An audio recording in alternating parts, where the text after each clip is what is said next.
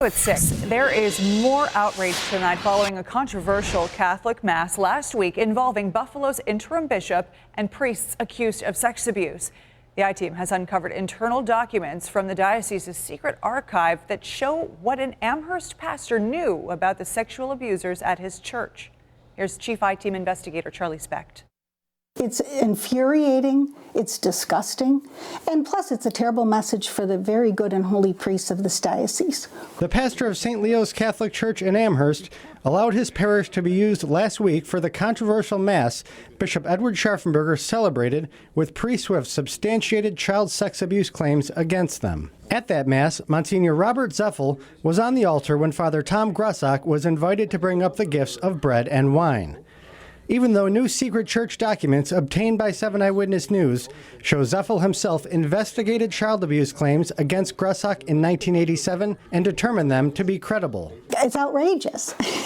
And I just find the diocese is totally incapable of making the right decisions. Amherst Catholic Paula Riedel was in disbelief when we showed her the documents, which show that in 1987, Zapfel was vice chancellor of the diocese when he typed up a report to Bishop Edward Head describing allegations by a 14-year-old that Grossock, in the rectory of a Buffalo parish, fondled the genitalia of a 14-year-old boy. The priest moved toward the victim and quickly unbuttoned and unzipped the victim's pants and then pulled them down, Zapfel wrote. The priest then touched the victim's penis and the area around it. The victim said that he couldn't move and didn't know what to do. I don't understand this. It's frustrating, and I feel like Monsignor Zapfel has been extremely dishonest.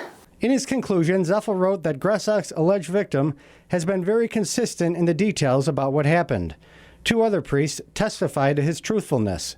Based on additional evidence, it would seem that the incidents did indeed happen as related in this report. But the Diocese of Buffalo didn't remove Grossock from ministry for another 6 years and never defrocked him, meaning he's been on the diocese payroll since 1993. He now lives across the street from an elementary school and playground in North Tonawanda. It's a travesty. It really is. And to think that their hands, the holy consecrated hands of priests, are defiled and touching the Eucharist.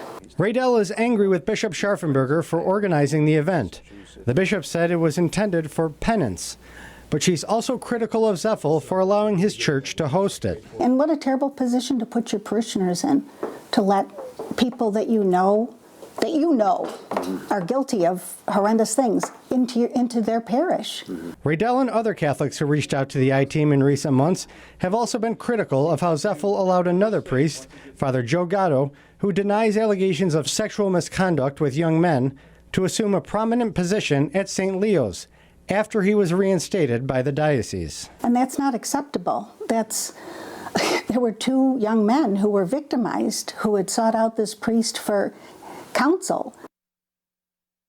Now, we invited Monsignor Zapfel to sit down and explain his side of the story, but he did not respond to our messages. We also called the home of Father Grossock. A man who answered the phone there said Grossock declined to comment. For the I-Team, Charlie Specht, 7 Eyewitness News.